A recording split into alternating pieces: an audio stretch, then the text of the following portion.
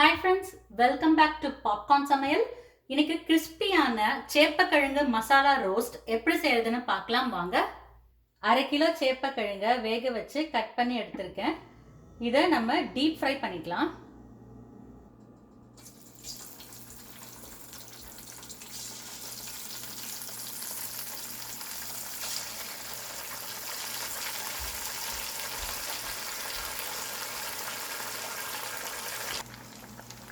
நம்ம சேப்பக்கிழங்கு ஃப்ரை ஆகிறதுக்குள்ள ஒரு special masala ready பண்ணிக்கலாம். மிக்ஸி ஜாரில் 2 பல் பூண்டு, துருவின தேங்காய், கொஞ்சமாக வெங்காயம், கொஞ்சமாக மிளகாய்த்தூள், கொஞ்சம் தனியாத்தூள், மஞ்சள் தூள்,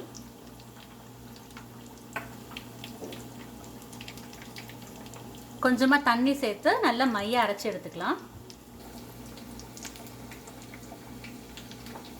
இது ஃப்ரை ஆகிறதுக்கு கொஞ்சம் டைம் எடுக்கும். நல்லா டீப் ஃப்ரை ஆகிற வரைக்கும் வெயிட் பண்ணலாம்.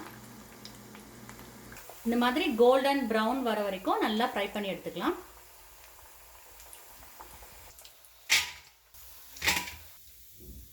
நம்ம சேப்பக்கிழங்கு எல்லாம் ஃப்ரை பண்ணியாச்சு. இப்போ இதை ரோஸ்ட் பண்ணுறதுக்கு பேனில் கொஞ்சமாக எண்ணெய்,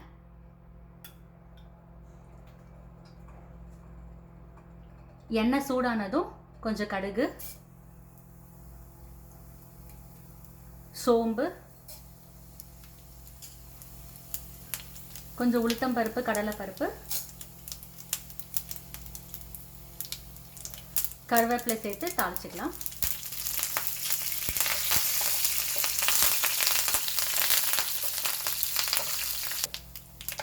இது நல்லா பொரிஞ்ச உடனே அரைச்ச விழுது சேர்த்துக்கலாம்.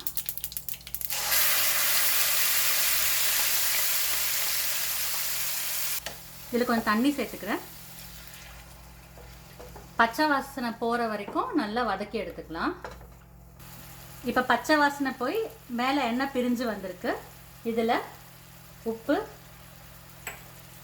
கரம் மசாலா, இந்த ஃப்ரை பண்ணி வச்சுருக்க சேப்பக்கிழங்கு சேர்த்து நல்லா ரோஸ்ட் பண்ணி எடுத்துக்கலாம்.